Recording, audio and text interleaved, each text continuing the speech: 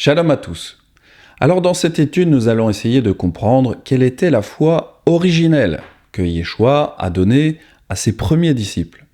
Alors dans les écrits de l'Alliance renouvelée, c'est-à-dire le Nouveau Testament, nous trouvons plusieurs termes pour parler des premiers disciples.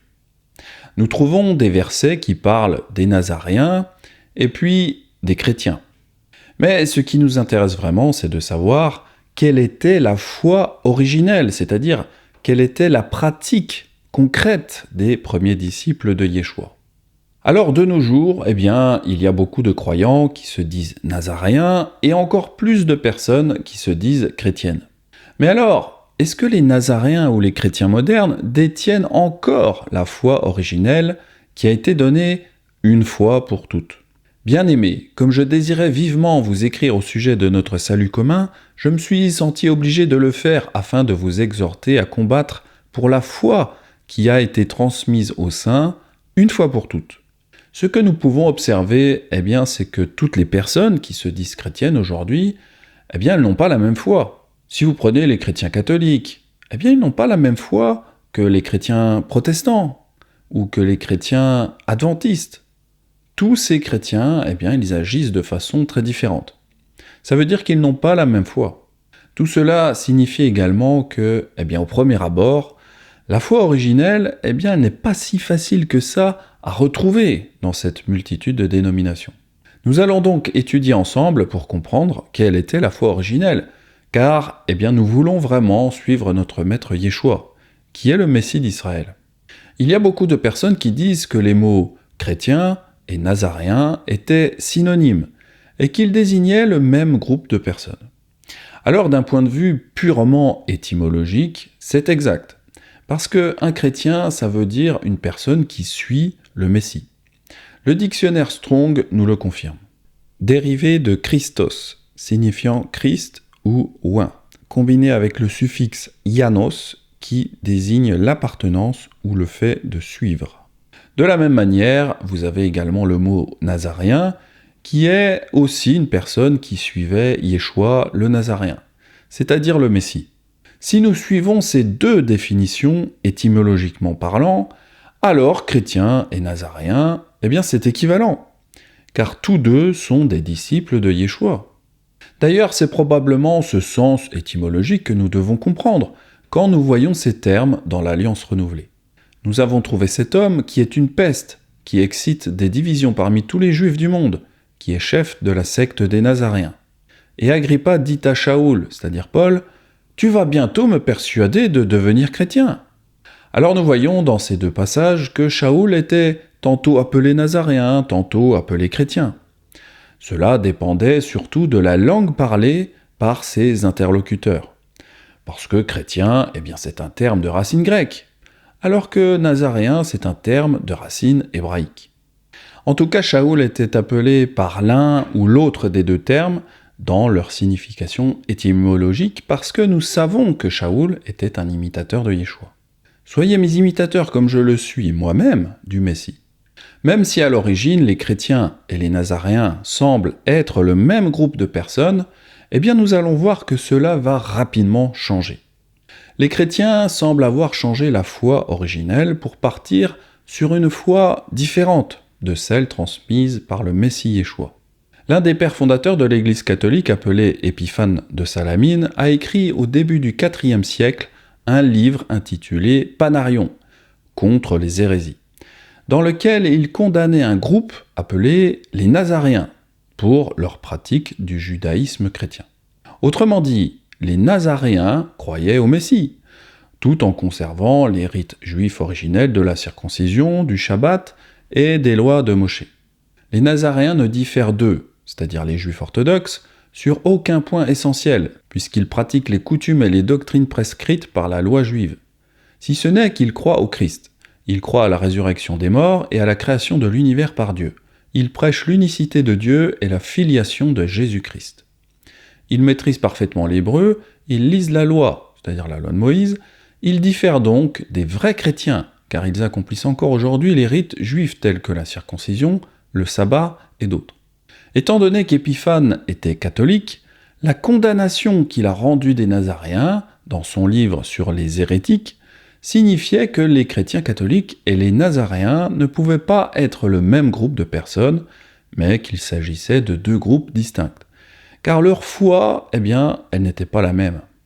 Mais alors, si le Messie et ses apôtres étaient juifs, pourquoi Épiphane a-t-il condamné les nazaréens pour leur judéo-christianisme ? Pour répondre à cette question, examinons les travaux de Marcel Simon, un spécialiste catholique tardif du 1er siècle. Bien que fervent catholique, Marcel Simon était en désaccord avec Épiphane. Marcel affirmait qu'Épiphane était au courant que l'Église catholique ne descendait pas des apôtres. Ils, c'est-à-dire les Nazaréens, se caractérisent essentiellement par leur attachement tenace aux pratiques juives. S'ils sont devenus hérétiques aux yeux de l'Église mère, c'est simplement parce qu'ils sont restés figés sur des positions dépassées. Ils représentent bien, même si Épiphane refuse énergiquement de l'admettre, les descendants directs de cette communauté primitive dont notre auteur, Épiphane, sait qu'elle était désignée par les Juifs, sous le même nom de Nazaréens.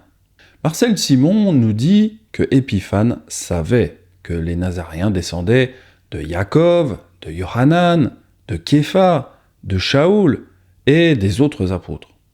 Alors malgré qu'il savait tout ça, Épiphane et Marcel Simon qualifiaient tous deux d'hérétiques les Nazaréens parce qu'ils persistaient à conserver la foi que le Messie leur avait enseignée. Nazaréens et chrétiens étaient à l'origine des termes étymologiques pour parler de ceux qui suivaient la doctrine de Yeshua. Puis la définition du mot chrétien a ensuite changé, car plus tard les disciples qui suivaient encore la foi de Yeshua seront qualifiés d'hérétiques par les chrétiens du IVe siècle. Cependant, nous voyons que les Écritures nous demandent de garder la foi originelle de Yeshua et de ses apôtres. C'est ce que nous dit Yehuda, ou alors Jude en français. Bien-aimés, comme je désirais vivement vous écrire au sujet de notre salut commun, je me suis senti obligé de le faire afin de vous exhorter à combattre pour la foi qui a été transmise aux saints, une fois pour toutes. Yehuda, ou Jude en français, insiste sur le fait que nous devons nous battre pour garder la foi que Yeshua nous a transmise. Mais alors, si Yehuda parle d'un combat, cela signifie que garder la foi originelle de Yeshua, c'était pas une chose facile. Moi qui enseigne la foi de Yeshua, je me rends tout à fait compte de ce que voulait dire Yehuda. Parce que cette foi, qui a été donnée une fois pour toutes, elle est extrêmement attaquée par l'ennemi. C'est quelque chose que j'ai remarqué dernièrement parce que j'ai activé les commentaires sous mes vidéos YouTube. Et j'ai reçu un grand nombre de commentaires visant à modifier la foi que j'enseigne. Parfois je me sens comme un soldat qui, avec son bouclier, doit arrêter des dizaines de flèches de l'ennemi qui veut corrompre ce que j'enseigne. C'est pourquoi Shaoul disait que le bouclier symbolise la foi. Prenez par-dessus tout cela le bouclier de la foi avec lequel vous pourrez éteindre tous les traits enflammés du malin. Et là, je vous parle à mon petit niveau, mais pour les disciples qui ont dû affronter l'Église catholique chrétienne, ça a dû être beaucoup plus violent. Le Satan met toute sa force pour créer la confusion concernant la foi originelle. Et quand nous observons la multitude de foi qui existe aujourd'hui, on peut dire qu'il est fort à ce jeu-là, car il a créé une confusion pour nous détourner de la foi que Yeshua a établie il y a plus de 2000 ans. La foi, c'est la façon de croire et d'agir selon l'exemple que nous a donné Yeshua et ses apôtres. La foi est intimement liée à nos actions, comme le dit Yaakov. Il en est ainsi de la foi. Si elle n'a pas les œuvres, elle est morte en elle-même. Quand Yehuda nous dit que la foi a été donnée une fois pour toutes, c'est parce que cette foi originelle ne devait pas être modifiée. Mais justement, en lisant davantage sur l'Église chrétienne, on peut voir que de nombreux membres de l'Église catholique pensaient avoir l'autorité de changer ce que les Écritures enseignent, et donc de modifier la foi originelle. Certains théologiens ont soutenu que Dieu avait lui aussi directement déterminé le dimanche comme jour de culte dans la Nouvelle Loi, et qu'il avait lui-même explicitement substitué le dimanche au sabbat. Mais cette théorie est aujourd'hui totalement abandonnée. Il est désormais communément admis que Dieu a simplement donné à son Église le pouvoir de consacrer le ou les jours qu'elle jugeait convenables comme jour saint. L'Église a choisi le dimanche, premier jour de la semaine, et au fil du temps à ajouter d'autres jours saints. John Law explique que l'Église avait le pouvoir de modifier la parole du Père. Mais alors qu'est-ce que cela signifie ? Eh bien cela veut dire que la foi donnée par Yeshua une fois pour toutes, eh bien elle a pu être modifiée par l'Église chrétienne. D'autres catholiques encore affirment la même chose, comme le cardinal Gibbons. Mais vous pouvez lire la Bible de la Genèse à l'Apocalypse et vous n'y trouverez pas une seule ligne autorisant la sanctification du dimanche. Les Écritures imposent l'observance religieuse du samedi, un jour que nous, c'est-à-dire l'Église, ne sanctifions jamais. De nombreuses autorités de haut rang de l'Église admettent que l'Église catholique a elle-même modifié les jours de culte et que la Bible n'a jamais enseigné le dimanche. Ils reconnaissent donc que la foi, autrefois donnée aux saints, a été corrompue assez rapidement. D'autres personnes expliquent la modification de la foi originelle. Dans la vidéo qui suit, nous voyons un acteur qui est déguisé en évêque. Alors ce n'est pas un véritable évêque, mais il cite les déclarations de plusieurs responsables catholiques. I have repeatedly offered $1,000 to anyone who can prove to me from the Bible alone that I am bound to keep Sunday holy. There is no such law in the Bible. It is a law of the Holy Catholic Church alone. The Bible says, "Remember the Sabbath day to keep it holy." The Catholic Church says, "No, by my divine power I abolish the Sabbath day and command you to keep holy the first day of the week." And lo, the entire civilized world bows down in reverent obedience to the command of the Holy Catholic Church. T. Enright, CSSR, in a lecture at Hartford, Kansas, February 18th, 1884. The Catholic Church for over 1,000 years before the existence of a Protestant, by virtue of her divine mission, changed the day from Saturday to Sunday. The Catholic Mirror, September 23rd, 1893. Question: which is the Sabbath day? Answer: Saturday is the Sabbath day. Question: why do we observe Sunday instead of Saturday? Answer: we observe Sunday instead of Saturday because the Catholic Church in the Council of Laodicea, AD 336, transferred the solemnity from Saturday to Sunday. Peter Geierman, The Convert's Catechism of Catholic Doctrine, 2nd edition, 1910, page 50. Question: have you any other way of proving that the Church has power to institute festivals of precept? Answer: had she not such power, she could not have done that in which all modern religionists agree with her. She could not have substituted the observance of Sunday, the first day of the week, for the observance of Saturday, the seventh day, a change for which there is no scriptural authority. Stephen Keenan, A Doctrinal Catechism, page 174. Pour résumer, cet homme a simplement cité des déclarations que l'Église catholique a données au fil des années concernant le Shabbat. Ainsi, nous comprenons que l'Église catholique prétend avoir le pouvoir de changer les jours de culte simplement parce qu'elle l'a fait dans le passé.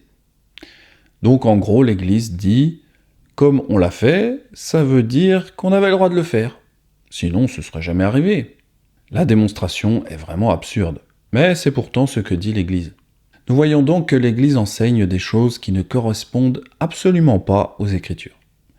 La Bible, au contraire, nous dit de ne rien ajouter ou retrancher à la parole de Yahweh.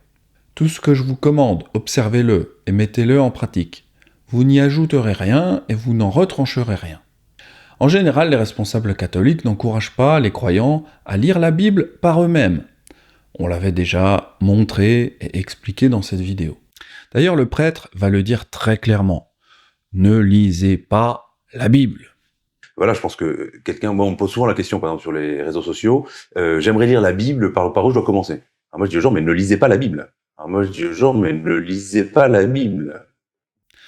C'est tellement incroyable ce passage. Alors, si les responsables catholiques n'encouragent pas les gens à lire leur Bible, c'est parce que les croyants pourraient découvrir par eux-mêmes que la foi originelle de Yeshua, c'est pas celle que les chrétiens enseignent aujourd'hui. Le Créateur avait dit à Israël de garder le Shabbat du 7e jour, c'est-à-dire le samedi, comme un jour de repos officiel. Il n'a jamais été prophétisé que cela changerait. Souviens-toi du jour du Shabbat pour le sanctifier. De plus, nous savons que la foi que Yeshua enseignait, c'était, entre autres choses, de faire le Shabbat. Yeshua n'a jamais prêché sur la sanctification du dimanche. Il se rendit à Nazareth, où il avait été élevé, et selon son habitude, il entra dans la synagogue, le jour du Shabbat. Il se leva pour faire la lecture. De même, la foi que Yeshua a transmise à ses disciples, c'était qu'ils devaient pratiquer le Shabbat. Nous voyons que ses disciples ont continué à l'observer, même après que Yeshua soit monté à la droite du Père. Shaoul, c'est-à-dire Paul et Silas, passèrent par Amphipolis et Apollonie, et ils arrivèrent à Thessalonique où les Juifs avaient une synagogue. Shaoul y entra selon son habitude. Pendant 3 Shabbats, il discuta avec eux d'après les Écritures. De plus, quand Yeshua parlait de la fin du monde, il expliquait à ses disciples que le Shabbat serait encore une chose qu'on pratiquerait. Et les disciples vinrent en particulier lui faire cette question. « Dis-nous quand cela arrivera-t-il, et quel sera le signe de ton avènement, et de la fin du monde ? Priez pour que votre fuite n'arrive pas en hiver, ni un jour de Shabbat. » Avec ces 3 versets, on voit que l'habitude de Yeshua, c'était le Shabbat, et que ses disciples ont imité son habitude. Yeshua comptait également sur le fait qu'on garde cette foi, même quand la fin du monde arriverait. Yeshua savait que le Shabbat continuerait à être observé par ses disciples, même en 2025. Comme nous l'avons dit en début de vidéo, les termes chrétiens et nazaréens étaient équivalents dans leur signification étymologique, car tous deux parlaient de croyants qui suivaient Yeshua. Képha lui-même va encourager à porter ce nom. Mais si quelqu'un souffre comme chrétien, qu'il n'en ait point honte, et que plutôt il glorifie Elohim à cause de ce nom. Est-ce que Képha parlait des chrétiens du IVe siècle, qui ont aboli le Shabbat? Non, Képha parlait de personnes qui suivaient l'exemple de Yeshua. Prenons justement comme exemple un disciple chrétien avant que la foi ne fût corrompue. Prenons l'exemple d'Ananias.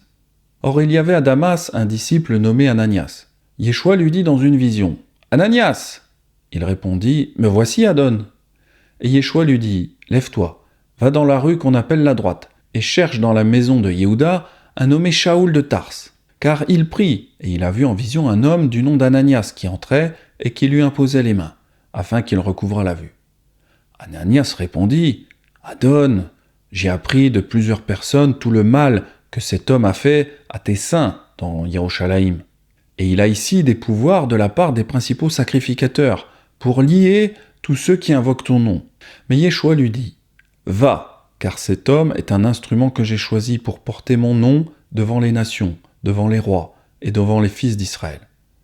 Et je lui montrerai tout ce qu'il doit souffrir pour mon nom. » Eh bien, dans ce passage, nous voyons qu'Ananias était un disciple de Yeshua, parce qu'il faisait partie de ceux que persécutait Shaoul. Ananias était considéré comme un chrétien, d'après le commentateur protestant Frédéric Godet. Pieux selon la loi, c'est ce que l'apôtre pouvait dire en toute vérité, car Ananias, bien que chrétien, observait soigneusement la loi, comme tous les juifs convertis de cette époque. Alors en effet, nous pouvons lire que Ananias suivait la foi de Yeshua, c'est-à-dire l'observation fidèle de la Torah. Un certain Ananias, homme pieux, observateur fidèle de la loi, c'est-à-dire la Torah, estimé par tous les Juifs établis à Damas. Donc, pour résumer, nous voyons qu'au tout départ, les Nazaréens et les chrétiens étaient des personnes avec la même foi, c'est-à-dire qu'ils étaient des observateurs fidèles de la loi. À l'époque, la différence entre chrétiens et Nazaréens, c'était simplement que Nazaréen était un terme de racine hébraïque, alors que chrétien provenait du grec Christos. Cependant, leur foi était identique, on l'a vu avec Ananias. Ils suivaient tous deux la Torah, comme l'avait toujours enseigné Yeshua. Ne croyez pas que je sois venu pour abolir la Torah ou les prophètes. Je suis venu non pour abolir, mais pour accomplir. Celui donc qui supprimera l'un de ces plus petits commandements et qui enseignera aux hommes à faire de même sera appelé le plus petit dans le royaume des cieux. Mais celui qui les observera et qui enseignera à les observer, celui-là sera appelé grand dans le royaume des cieux. Mais alors, qu'est-ce qui s'est passé ? Comment la définition du mot chrétien est-elle passée d'une personne qui imite Yeshua à une personne qui n'imite plus Yeshua ? Les catholiques ont-ils supprimé la foi israélite nazaréenne originelle ? Et si oui, comment pouvons-nous retrouver et reconstruire la foi originelle pour ceux qui veulent la pratiquer ? Nous verrons tout cela dans la prochaine vidéo. Alors n'hésitez pas à suivre cette série d'études appelée l'Israël nazaréen. Cette étude est le travail des Israélites nazaréens américains que j'enseigne ici en francophonie. Car nous souhaitons vraiment restaurer la véritable foi que le Messie nous a transmise. Je me suis inspiré de l'étude de Norman Willis appelée « Quelle était la foi originelle ?»